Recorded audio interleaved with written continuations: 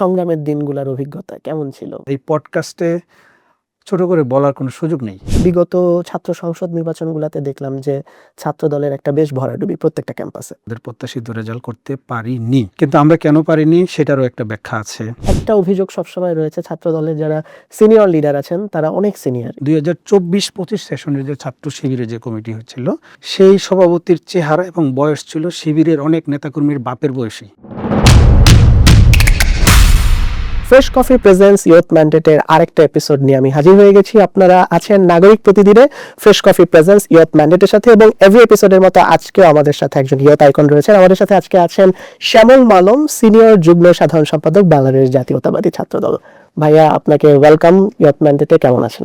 আছি আলহামদুলিল্লাহ, ভালো। আজকে এই ইয়ুথ ম্যান্ডেট যে প্রোগ্রামটা আছে নাগরিক প্রতিদিনের, এই অনুষ্ঠানটি যারা দেখছেন, যারা দর্শক, যারা শ্রোতা, সবাইকে আমার পক্ষ থেকে এবং আমার সংগঠনের পক্ষ থেকে ধন্যবাদ জানাচ্ছি। অ্যামেজিং। আপনি দেখাই যাচ্ছে একজন ইয়াং হ্যান্ডসাম ছাত্র নেতা। সো আপনার একদম স্টার্টিং জার্নিটা যদি একটু শুনি, প্রথমে কিভাবে শিক্ষার্থী থেকে নেতৃত্বে আসা, রাজনীতিতে আসা কিভাবে? আসলে আমার বিগিনিংটা হয়েছে আমার গ্রাম থেকেই, গ্রুমিংটা। আমার গ্রামের বাড়ি হচ্ছে রূপগঞ্জে, নারায়ণগঞ্জ জেলার রূপগঞ্জ। আমি যে গ্রামে বড় হয়েছি, ছোটবেলা থেকে সেই গ্রামে আমি দেখেছি যে আমাদের গ্রামের প্রায় 90% মানুষই বিএনপির রাজনীতির সাথে জড়িত। তো সেই জায়গা থেকে স্থানীয়ভাবে যখন আমি এলাকায় ছিলাম, যখন স্কুল কলেজে পড়তাম, তখন বিএনপির বিভিন্ন মিটিং মিছিলে যেতাম, ছাত্রদলের মিটিং মিছিলে যাওয়ার সুযোগ হয়েছে। পরবর্তীতে আমি যখন বিশ্ববিদ্যালয়ে ভর্তি হই, আমার সেশন হচ্ছে 2007 সেশন। আচ্ছা। ওই সময় 111 চলে এবং বিএনপি ক্ষমতা ছেড়েছে। ওই সময় একটা সরকার ওই সময় দায়িত্বে ছিল, ইয়াজউদ্দিনের সরকার, ফখরুদ্দিন মঈনুদ্দিনের সরকার ছিল। তো সেই সময়টাতে আমরা ক্যাম্পাসে আসার পরে আমি প্রথম থেকেই আমি গ্রামে, মানে আমার নিজের এলাকায় যেই সংগঠনের রাজনীতি করেছি, ছাত্রদল, তো সেখানে ক্যাম্পাসে এসে আমার এলাকার যারা ছাত্রদলের বড় ভাই ছিল ক্যাম্পাসে, তাদের সাথে পরিচয় হই এবং ছাত্রদলের রাজনীতির সাথে এসে প্রথম থেকেই জড়িত হই। 2008 সালের 29শে ডিসেম্বর নির্বাচন হয় এবং ডিসেম্বরের পরে 1 জানুয়ারি 2 দিন পরে মধুর ক্যান্টিনে ছাত্রদল যেদিন কেক কেটে মানে প্রতিষ্ঠাবার্ষিকী পালন করেছিল, সেই প্রোগ্রামেও আমি ছিলাম। এরপরে তো দীর্ঘদিন ধরে কাজ করেছি সংগঠনের, ভালো সময় খারাপ সময়, পুরো সময়টাতে এই সংগঠনের সাথেই ছিলাম। তারপর 2016 সালে আমাদের ঢাকা বিশ্ববিদ্যালয়ের ছাত্রদলের হল কমিটি হয়েছিল। আমি সেই কমিটিতে সার্জেন্ট জহুরুল হক হল আমার হল ছিল, আমি হলের কনভেনার হয়েছিলাম। তারপর সেন্ট্রাল ছাত্রদলের জয়েন্ট সেক্রেটারি, সেন্ট্রাল ছাত্রদলের ভাইস প্রেসিডেন্ট, এখন সিনিয়র যুগ্ম সাধারণ সম্পাদক হিসাবে আছি। 2024 সালের মার্চের 1 তারিখে আমাদের এই কমিটি ঘোষিত হয়েছিল, সেই থেকে তো চলতেছে ভালো। এই যে এত লম্বা জার্নি ছাত্র রাজনীতি আপনারা যখন করেছেন তখন খুব ক্রুশাল একটা টাইম ছিল। এখনকার মতো এতটা সহজ সময় হয়তো তুলনামূলকভাবে তখন ছিল না। আন্দোলন সংগ্রামের গল্প তো অনেক আছে যেগুলো হয়তো সাধারণ মানুষ জানে না, মানুষ শুধু সামনের অংশটুকু দেখে। সংগ্রামের দিনগুলোর অভিজ্ঞতা কেমন ছিল, কেমন লাগতো তখন? মনে হয় নাই কখনো যে এত কঠিন পথে থাকবো না, ছেড়ে দিই? আসলে আমরা একটা জিনিস হচ্ছে যে আমরা যখন জার্নিটা শুরু করেছিলাম, বাংলাদেশের রাজনীতিতে কিন্তু একটা টেন্ডেন্সি ছিল, একটা ধারাবাহিকতা ছিল যে 5 বছর বিএনপি ক্ষমতায় থাকবে, 5 বছর পর আবার আওয়ামী লীগ আসবে, 5 বছর, এইভাবে একটা পালাবদলের যে রাজনীতিটা ছিল।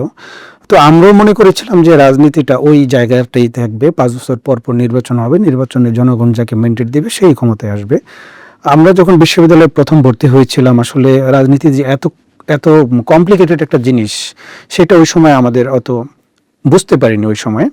যাই হোক, যেহেতু আমি মানে ছোটবেলা থেকেই বিএনপির রাজনীতির সাথে জড়িত, ছাত্রদলের সাথে জড়িত, সেই জায়গা থেকে বিশ্ববিদ্যালয়ে ছাত্রদলের রাজনীতিতে জড়িত হয়েছি।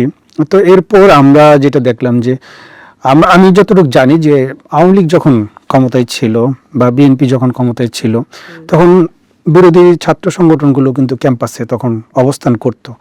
যেমন বিএনপি ক্ষমতায় থাকাকালীন সময়ে আমার যে হল, জহুরুল হক হলে এবং জগন্নাথ হলে ছাত্রলীগের নেতাকর্মীরা থাকতো, এবং আওয়ামী লীগ যখন ক্ষমতায় থাকতো তখন মুহসিন হলে ছাত্রদলের নেতাকর্মীরা থাকতো। এর একটা ট্রেডিং ছিল এটা।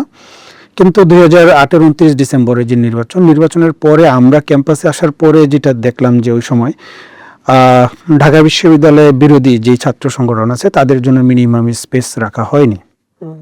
স্পেস তো রাখা হয়নি, সেটা কোথায়, ক্যাম্পাসে এবং হলে রাখা হয়নি। ইভেন হচ্ছে এর পরবর্তী সময় যখন রাজনীতিটা আরো জটিল হতে লাগলো, তখন আমাদের পড়াশোনাতেও অনেক সমস্যা হতে লাগলো। যেমন আমি একাডেমিকভাবে আমার ডিপার্টমেন্টের প্রথম 4 সেমিস্টারে আমার মেরিট পজিশন ছিল আমার ডিপার্টমেন্টে, কিন্তু পরবর্তীতে যখন হরতাল অবরোধগুলো আসতে লাগলো একে একে কর্মসূচি, সেই সময় আমি ক্যাম্পাসে অ্যাটেন্ড করতে পারতাম না, এবং অ্যাটেন্ড করলে বিভিন্ন সময় আমাদের উপর হামলা হতো। ছাত্রলীগ ওই সময় খুঁজতো কে কে ছাত্রদল করে বিভিন্ন সময়টাতে। তার পরবর্তী সময়ে 14 সালের নির্বাচন, 18 সালের নির্বাচন, তো সবকিছুই তো আসলে মানুষ জানে। তো ওই সময়টাতে আমরা অনেক কঠিন সময় একটা পার করেছি। আমাদের 2016 সালে হল কমিটি হয়েছে, আমি জরুল হলের কনভেনার হয়েছি। কনভেনার হওয়ার পরে আমাদের হলে ওই সময় প্রতিদিন মোটামুটি গেস্ট রুম হতো। আমরা বৃহস্পতিবার শুক্রবার গেস্ট রুমগুলো বেশি হতো। তো ওই সময়টাতে আমরা অনেক সময় নীল খেতে থাকতাম রাত 10টা-11টার পরে। বৃহস্পতিবার শুক্রবার শনিবার বিশেষ করে শহীদ মিনারে আমরা থাকতাম। কারণ হচ্ছে যে প্রতিদিনই গেস্ট রুমে কাউকে না কাউকে এনে টর্চার করা হতো। ম্যাক্সিমাম দিনেই, যেদিন গেস্ট রুমটা হতো, বিশেষ করে বা আমার হলে ওই সময় বেশ নির্যাতনের শিকার হতে হয়েছে অনেককে। আমার বেশ কয়েকটা ছোট ভাইকে ওই সময় হল থেকে রাত্রের বেলা মেরে বের করে দিয়েছিল, আমরা পরে হসপিটালে নিয়ে গিয়েছি। এবং আপনার ফ্যাসিবাদ বিরোধী যে আন্দোলন, সেই আন্দোলনের কথা বলতে গেলে তো অনেক কথাই বলতে হবে। তো এর ভিতরে আমাদের ম্যাডাম যখন নিয়মিত বকশীবাজারে হাজিরা দিতে যেতেন 16 সালের পর থেকে, সেই সময়টা আমাদের জন্য খুব কঠিন ছিল। কারণ ওই সময় মৎস্য ভবন থেকে ক্যাম্পাস পর্যন্ত নিরাপত্তা বাহিনী ছিল, ওই সময় গোয়েন্দা বাহিনী ছিল, পুলিশ ছিল, অত্যন্ত কঠোর নজরদারিতে রাখতেও। তো ওই সময় আমরা ফজরের নামাজের পরে হাইকোর্টে ঢুকে যেতাম। আচ্ছা, ফজরের নামাজের পরে হাইকোর্টে ঢুকে সেখানে হাইকোর্টের ভিতরেই থাকতাম। ম্যাডাম যখন আসতো, ম্যাডামের সাথে মিছিল করে ম্যাডামকে বকশীবাজার পর্যন্ত পৌঁছে দিয়ে আবার হাইকোর্টে ঢুকতাম, সেখানে থাকতাম। দুপুর 2টা-2:30টার পরে পুলিশ হাইকোর্টের গেট বন্ধ করে দিত। আমরা প্রায় 7 থেকে 8 দিন হাইকোর্টের গেট ভেঙে ম্যাডামের গাড়ির সাথে বের হয়েছি। এবং ম্যাডাম অনেক সময় হাইকোর্টের মোড়ে সে আপনার গাড়ি ব্রেক দিয়ে দিত, যেমন নেতাকর্মীদেরকে ছাড়েন, তাদেরকে নিয়ে আমরা বের হব। এর ভিতরে অনেকে অনেক সময় গ্রেপ্তার হয়েছে। হাইকোর্টের মোড়ে একবার একটা ঘটনা ঘটেছিল, আমাদের ওই সময় ঢাকা বিশ্ববিদ্যালয়ের সাবেক সিনিয়র যুগ্ম আহ্বায়ক ওবায়দুল হক নাসির ভাই, ওনাকে হাইকোর্টের মোড়ে অ্যারেস্ট করেছিল। তো পরে পুলিশের ব্যারিকেডের ভিতরে ছিল, উনি আমাদেরকে গাড়ির ভিতরে থেকে সিগন্যাল দিচ্ছিল যে আমাকে বের করো। তো পরে আমি প্রথম যে পুলিশের গাড়িতে একটা লাথি মেরেছিলাম। তারপরে আমাদের নেতাকর্মী যারা ছিল সবাই পুলিশের সাথে সংঘর্ষে লিপ্ত হয়। পুলিশের মানে প্রিজন ভ্যান ভেঙে আমরা ওই সময় ওনাকে বের করে নিয়ে আসছিলাম। পরে অন্য হিস্ট্রি। তো এরকম আসলে আন্দোলন সংগ্রামের যে ইতিহাস, সেটা এই পডকাস্টে ছোট করে বলার কোনো সুযোগ নেই। অনেক কিছু বলতে হবে, বলতে গেলে পুরো সময়টাই ওইটার উপরেই বলতে হবে।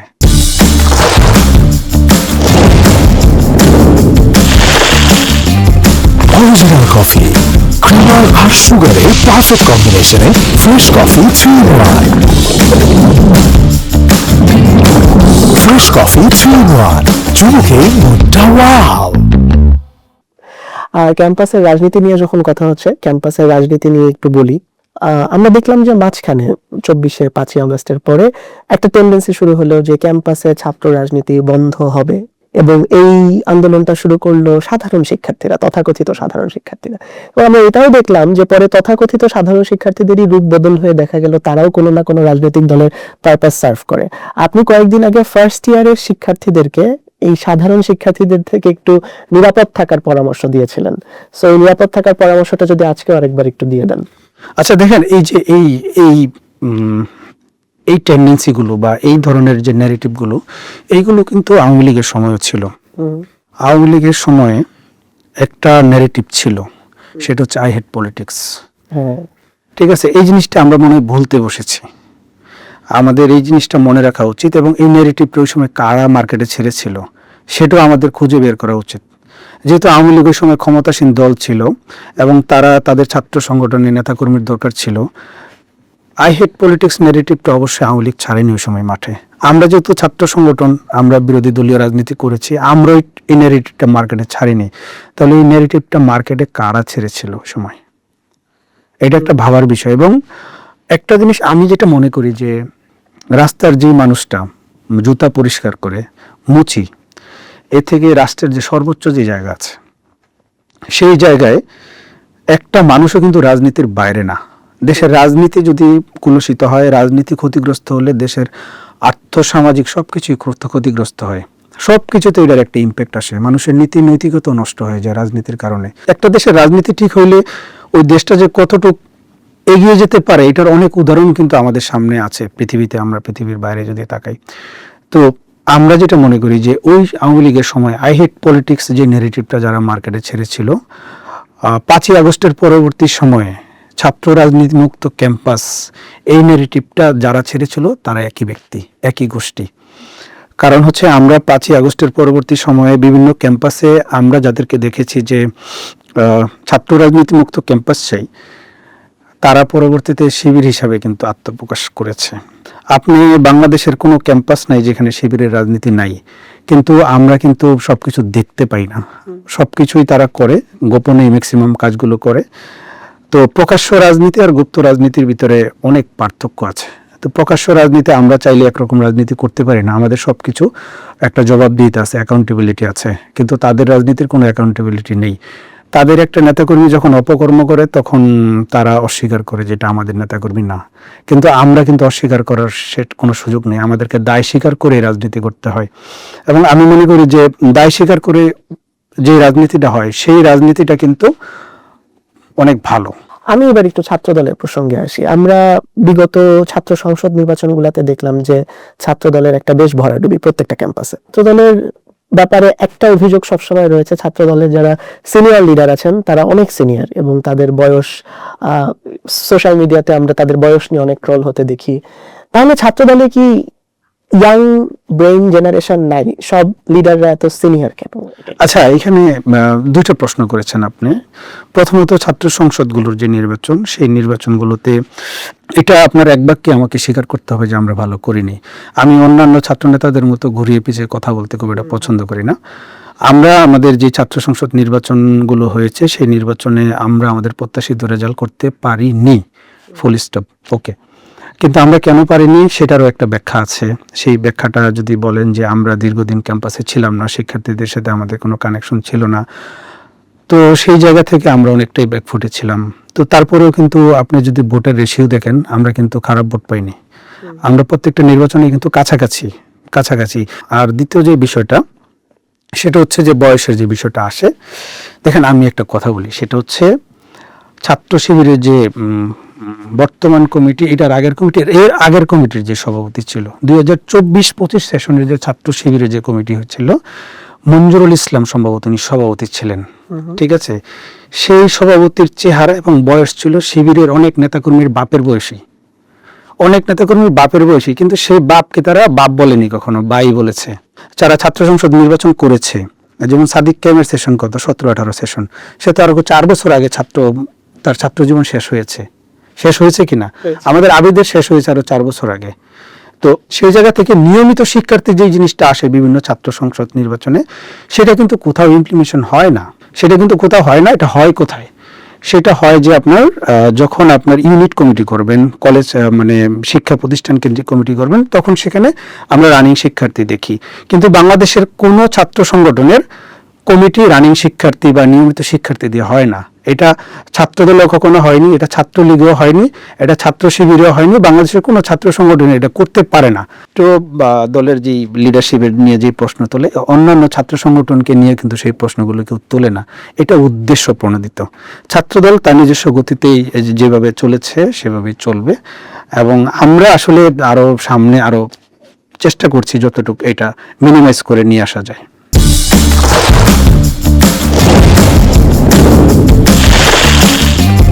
অরিজিনাল কফি, ক্রিমার আর সুগারের পারফেক্ট কম্বিনেশনে ফ্রেশ কফি 3-in-1।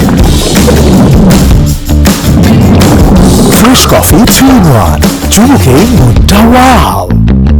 আপনার নামটা শুনলে অনেকে নাকি মনে করে যে আপনি অন্য ধর্মের, এবং এটা নিয়ে মজার বিষয় হচ্ছে আপনি যখন ইউনিভার্সিটিতে ক্লাস করতেন, ইউনিভার্সিটির টিচাররা নাকি পূজার ছুটির আগে আপনার কাছে নাড়ু চাইতো। তার চেয়ে মজার বিষয় হচ্ছে আমাদের মাননীয় প্রধানমন্ত্রী, উনি যখন আপনার নামটা প্রথম শুনেছিলেন উনিও একই ভুল করেছিলেন। সো এই ব্যাপারে কোনো মজার স্মৃতি আছে আপনার? এখানে ধরেন আমার নামটা হচ্ছে, আমাদের বংশ হচ্ছে মালুম। আচ্ছা, যেমন আমার আব্বার নাম করিম মালুম, আমার ভাইয়ের নাম, এরকম সবার নামে শেষে মালুম আছে। তো হচ্ছে বা আমাদের তো জানি মানে বংশগতভাবে আমরা এটা টাইটেলটা পেয়েছি। তো আমার নাম তো শ্যামল। শ্যামল কিন্তু অনেক হিন্দু যারা আছে তাদেরও নাম হয়। আর মালুম, দুইটা শব্দই কিন্তু মানে রিলেট করা যায় না। আবার দুইটা শব্দ যখন একসাথে হয় তখন একটু সবাই একটু কনফিউজড হয়ে যায়। যেমন আমার তো জরুলখাল, বিশ্ববিদ্যালয়ে ভর্তি হওয়ার পরে যখন আমি জরুলখালে গেলাম তখন আমাকে হলে অফিস রুম থেকে প্রথম দেখে বলে, আপনি এখানে কেন আসছেন, আপনি জগন্নাথ হলে যান। ঠিক আছে, তারপর আমি বুঝাইলাম যে না, এটা এই জিনিস। তারপর সেম আমার ডিপার্টমেন্টের ওই সময় চেয়ারম্যান ছিল মাহফুজ স্যার। স্যার আমাকে পূজার সময় বলতেন, মানে ইনিয়ে বিনিয়ে বোঝানোর চেষ্টা করতেন যে পূজার সময় নাড়ু টাড়ু নিয়ে আসা দরকার। ঠিক আছে, তো আমার তো ডিপার্টমেন্ট ছিল ইসলামিক হিস্ট্রি অ্যান্ড কালচার। ওই ডিপার্টমেন্টে তো নর্মালি অন্য ধর্মের লোক, মানে অন্য ধর্মে যারা তারা আসে না, কিন্তু তারপরে আমার পরবর্তীতে কয়েকজন কিন্তু দেখছি অন্য ধর্মেরও যারা আছে তারাও কিন্তু ডিপার্টমেন্টে পড়েছে। তো সেই জায়গা থেকে আমাদের আগেও নাকি কয়েকজন পড়েছে। তো পরে স্যারকে আমি কখনো ক্লিয়ার করি নাই। ঠিক আছে, স্যার এখনো মনে হয় যদি কখনো পডকাস্ট দেখে স্যার বুঝতে পারবে। তো যাই হোক, এটা হচ্ছে যে আমাদের যে মালুম যে শব্দটা, এটা একটা আরবি শব্দ, কোরআনে এই শব্দটা অনেকবার আছে, এবং এটার উপর আমি পরবর্তীতে ফেসবুকে একটা ডিটেলস স্ট্যাটাসও দিয়েছিলাম যে মালুম শব্দটা কি। মালুম শব্দটার মানে হচ্ছে জানা, জ্ঞাত হওয়া, এই আর কি। তো এটা একটা কোরআনিক ওয়ার্ড, এবং এটা আমরা অনেকেই বুঝতে পারি না, এবং কিন্তু যারা কোরআন শরীফটা চর্চা করেন এবং যারা কোরআন নিয়মিত পড়েন তাদের কাছে এই শব্দটা আবার পরিচিত, তারা আবার কেউ এটাতে খুব একটা কনফিউজড হয় না, এই আর কি। বিষয়টা ভেরি সিম্পল একটা বিষয়। আর মাননীয় প্রধানমন্ত্রী হওয়ার পরে তো অবশ্যই দেখা হয়েছে, এক্সপেরিয়েন্সটা কেমন? মাননীয় প্রধানমন্ত্রী মহোদয়ের সাথে আমাদের, উনি প্রধানমন্ত্রী হওয়ার পর অনেকবারই দেখা হয়েছে। মূলত হচ্ছে যে এখানে আমি যখন ওনার সাথে ফার্স্ট ইন্ট্রোডাকশন, মাননীয় প্রধানমন্ত্রী মহোদয়ের সাথে আমাদের প্রথম ইন্ট্রোডাকশন, তিনি তখন আমাদের অ্যাক্টিং চেয়ারম্যান ছিলেন। 2020 সালে আমাদের ছাত্রদলের সেন্ট্রাল কমিটি হওয়ার পরে উনি আমাদের সাথে প্রথম পরিচিত হচ্ছিলেন। এটা পার্টি অফিসে, নয়াপল্টন পার্টি অফিসে আমাদের একটা মিটিং ছিল। সেই মিটিংয়ে আমাদের 60 জনের কমিটি সবাই আমরা ছিলাম। তো সেই মিটিংয়ে আমরা সবাই ওনাকে স্যার বলে সম্বোধন করেছিলাম। কিন্তু উনি তখন আমাদেরকে থামিয়ে দিয়ে বলেছিলেন যে তোমরা তো আমার মাকে মা ডাকো। মাননীয় চেয়ারপারসন দেশনেত্রী বেগম খালেদা জিয়াকে তো আমরা মা ডাকি, সবাই গণতন্ত্রের মা বলি, আমরা মাই ডাকি। তো আমার মাকে তো তোমরা মা ডাকো। আমরা স্লোগান দিতাম, আমার নেত্রী আমার মা, বন্দী থাকতে দিব না। তো সেই জায়গা থেকে তিনি আমাদেরকে সেদিন বলেছিলেন যে তোমরা তো আমার মাকে মা ডাকো, তাহলে তোমরা আমাকে স্যার ডেকো না, তোমরা আমাকে ভাইয়া ডাকো। তো সেই থেকে আমরা ওনাকে ভাইয়া ডাকি আর কি। তো এর পরবর্তী সময়ে 5ই আগস্ট পরবর্তী সময়ে আমি সেন্ট্রাল ছাত্র দলের সিনিয়র জয়েন্ট সেক্রেটারি হওয়ার পরেও বেশ কয়েকটা প্রোগ্রামে আমরা ওনাকে স্যার বলার চেষ্টা করেছি, এবং একটা জায়গায় উনি আমাদেরকে বলেছেন, গাইস তোমরা তো আমাকে আবার স্যার বলতেছো। ঠিক আছে, তারপরে আমি আর ওনাকে স্যার ডাকি না, আমি ভাইয়াই ডাকি। তো এই যে আমি যে কথাটা বলতে চাচ্ছিলাম যে আমাদের মতো ছাত্র দলের হাজার হাজার নেতাকর্মী যে আমরা জীবন দেওয়ার জন্য, যে আমাদের একটা মানসিক প্রিপারেশন ছিল, এটার সবচেয়ে বড় কারণ হচ্ছে তারেক রহমানের যেই বদন্যতা। তিনি আমাদের প্রতি যতটুকু আন্তরিক ছিলেন, আমাদের দলের অনেক তৃতীয় সারির নেতার ওই পরিমাণ আন্তরিক না। আমি জনাব তারেক রহমানের সামনে যতটুকু রিল্যাক্সে কথা বলি, এবং আমি যতটুকু স্বাধীনতা পাই ওনার সাথে কথা বলার, আমি যতটুকু মন খুলে আমার কথাগুলো বলতে পারি, আমি আমার দলের অনেক সিনিয়র নেতার সামনে সেই কথাগুলো বলতে পারি না। তিনি আমাদেরকে সেই স্পেসটুক দেন। তো যার কারণে আপনার গত জুলাই এবং আগস্টে জনাব তারেক রহমান সাহেবের সাথে আমাদের কথা হয়েছিল 5 তারিখে। 5 তারিখে মিটিং হয়েছিল, 16 তারিখে মিটিং হয়েছিল। প্রত্যেকটা মিটিংয়ে তিনি আমাদেরকে যে নির্দেশনা দিয়েছিলেন যে শিক্ষার্থীদের পাশে কিন্তু থাকতে হবে যত কিছুই হোক। এত বড় ক্যারিয়ারে, পলিটিক্যাল স্ট্রাগলিং ক্যারিয়ার, পরিবার থেকে তো অফকোর্স সাপোর্ট পেয়েছেন, সাপোর্ট ছাড়া তো আসলে সম্ভব না। সবচেয়ে বেশি অনুপ্রেরণা কে দেয়, মা নাকি বাবা? দেখেন, আমি যখন প্রথম ঢাকায় আসি তখন তো নির্বাচনের পরে আমাদেরকে হল ছেড়ে দিতে হয়েছে। এর পরবর্তীতে আবার 2010 সালে আবার হলে কিছুদিন উঠছিলাম। ওই সময় বিশ্বকাপ খেলা চলে, খেলার সময় ওঠার সুযোগ হয়েছিল, কিন্তু খেলা হলে ওঠার 21 দিনের মাথায় মধুর ক্যান্টিনে আমাদেরকে ছাত্রলীগ কোপাইছিল। ছাত্রলীগ আমাদের ওই সময় ঢাকা বিশ্ববিদ্যালয়ের আমাদের মাহিদুল হাসান হিরু ভাই, ওবায়দুল হক নাসির ভাই সহ আমরা অনেক, বাবু ভাই, মাইনুল ভাই, আমাদের অনেককেই কিন্তু মধুর ক্যান্টিনে ওই দিন ছাত্রলীগ মানে দাঁত দিয়ে চাপা দিতে কোপাইছিল। মধুর ক্যান্টিনের যে চেয়ারগুলো 10-12 কেজি ওজনের লোহার চেয়ার, আপনি জানেন, এই চেয়ারগুলো 10-15 দূর থেকে আমাদের উপর ছুঁড়ে ছুঁড়ে মারতেছিল। তো একটা চেয়ার আমার পিছনে পড়ে আমার গেঞ্জির উপর থেকে নিচে ছিঁড়ে নেমে গিয়েছিল, আমার পিঠের মাংস লম্বা হয়ে নেমে। তো সেই অবস্থায় আমি কিন্তু ওই যে 2010 সালে হলে উঠেছিলাম, হল থেকে আমি মধুর ক্যান্টিনে গিয়েছিলাম ছাত্রদলের প্রোগ্রাম করতে। তারপরে যখন মধুর ক্যান্টিনে আমাদেরকে ব্যাপক মারা হলো, তখন আমাদের অনেকে হসপিটালে ভর্তি হলো এবং আমাকে হল থেকে আমার বন্ধু বান্ধব যারা ছিল তারা অনেকে ছাত্রলীগের রাজনীতি করে, তারা আবার বললো তুমি হলে আইসো না, তুমি আসলে তোমার খবর আছে, তোমাকে সবাই দেখছে। পরে আমি হলের যাই নাই, এরপরে আবার সেই ভাড়া বাসায় মেসে, তো সেভাবেই মোটামুটি আপনার দীর্ঘ সময় কাটানো হয়েছে। তো আমার পরিবার থেকে, আমার পরিবার আসলে ঢাকা বিশ্ববিদ্যালয়ে আমরা যারা পড়ি, আমাদের তো পরিবার আমাদের উপর একটা প্রত্যাশা থাকে যে আমরা সরকারি চাকরি করব, ভালো কিছু করব, পরিবারকে সাপোর্ট দেব। সেই জায়গা থেকে তো মনে হয় আমরা যারা বিরোধী দলে রাজনীতি করেছি, আমরা কেউ পরিবারকে সেই প্রত্যাশিত জায়গায় সাপোর্ট দিতে পারিনি। আমার পরিবার থেকে আমাকে 2018 সাল পর্যন্ত পর্যাপ্ত সাপোর্ট দিয়েছে, পলিটিক্সও সাপোর্ট দিয়েছে, কিন্তু 18 নির্বাচনের পরে সেই সাপোর্টটা কমে গিয়েছিল। তো 18 নির্বাচনের পরে আমি এবার টিউশনি করানো শুরু করেছি।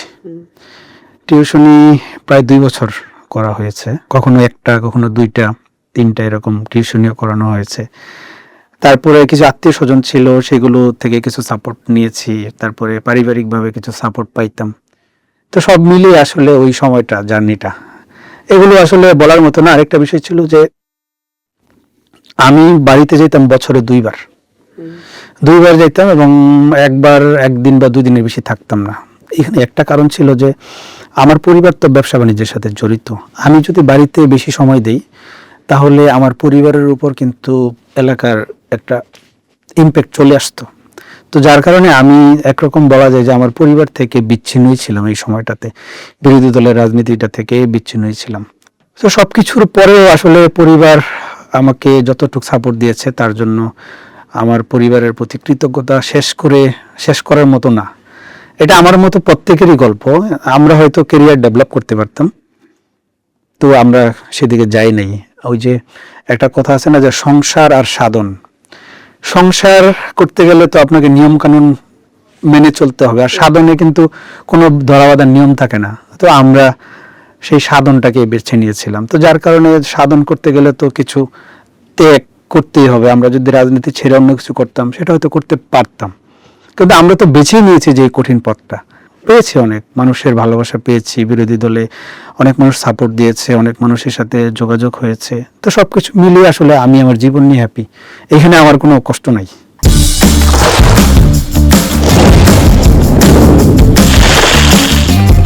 অরিজিনাল কফি, ক্রিমার আর সুগারের পারফেক্ট কম্বিনেশনে fresh coffee 3 in 1। Fresh coffee 3 in 1, চুমুকে মুডটা ওয়াও। একটা লাস্ট কোয়েশ্চেন, যেটা আমার শো এর সিগনেচার কোয়েশ্চেন, আমি আমার সব গেস্টকেই করি। আপনাকে আমি 4টা ফেসবুক রিঅ্যাক্টের নাম বলবো, লাভ, কেয়ার, অ্যাংরি, হাহা। এই 4টা রিঅ্যাক্ট আপনার অপোজিট কাল্টকে দিতে হবে। অপোজিশন আমি আরেকটু স্পেসিফাই করে দিই, বর্তমান যে ডাকসু প্যানেল আছে সেই ডাকসুর যে কোনো 4 জনকে দিতে হবে, যেহেতু আপনি ঢাকা বিশ্ববিদ্যালয় থেকে বিলং করেন। আমি তাহলে শুরু করি। ফার্স্টে লাভ রিঅ্যাক্ট।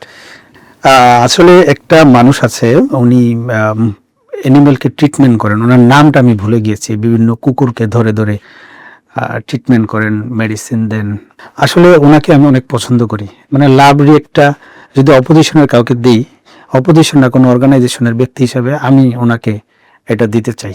আচ্ছা ঠিক আছে, কেয়ার রিঅ্যাক্ট, কিন্তু এটা অবশ্যই অপোজিশনের রাজনৈতিক অপোজিশন হইতে হবে, এই স্বেচ্ছাসেবী দিকে হবে না। না, আমার ইদানিং হচ্ছে যে আপনার কেয়ার রিঅ্যাক্ট দিলে এটা কাদেরকে দেব আমি, ও ইদানিং খুব ভালো লেখালেখি করতেছে এবং আচ্ছা। তার কনসেপ্ট গুলো ক্লিয়ার এবং যেটা বাস্তব যে জিনিসগুলো আসলে অনেকে বলার সাহস পায় না, যে জিনিসগুলো অনেকে বলতেছেন না, সে কিন্তু এই কথাগুলো নিয়মিত লিখতেছে এবং তার কথাগুলো আমার কাছে ভালো লাগে। আমি এটা কেয়ারটা তাকিয়ে দিব সে যেন আরো ভালো করে এবং এই ধরনের বিষয়গুলোর জন্য সে আরো তুলে নিয়ে আসে। ওকে জোস। এবার লাস্ট দুইটা, অ্যাংরি আর হাহা, সবচেয়ে ইজি আপনার জন্য। অপোজিশন কে ফার্স্ট। না, অ্যাংরি আসলে অ্যাংরি রিয়েক্ট এই মুহূর্তে যদি দেই, আমি আসলে আমাদের এই যে শিবিরের যে সভাপতি আছে সাদ্দাম, তিনি ইদানিং যে কথাবার্তাগুলো বলতেছেন, ওনার কথাবার্তাগুলো আসলে ছাত্র সংগঠন হিসাবে ওনার এই ধরনের বক্তব্যগুলো খুবই খারাপ হচ্ছে, দৃষ্টিকটু হচ্ছে, এগুলো একরকম ম্যানারলেস বক্তব্যই বলা যায়। তো আমি আসলে ওনাকে একটু অ্যাংরি রিয়েক্ট দিলাম যেন উনি ওনার জায়গা থেকে আরো ভালো করে, ঠিক আছে, সেই জায়গা থেকে যে উনি এই ধরনের কথাগুলো যেন আরো না বলে, আরো ভালো ভালো কথা যেন উনি বলে, সেই জায়গা থেকে এটা আমি ওনাকেই দিলাম। আর লাস্ট ওয়ান, হাহা।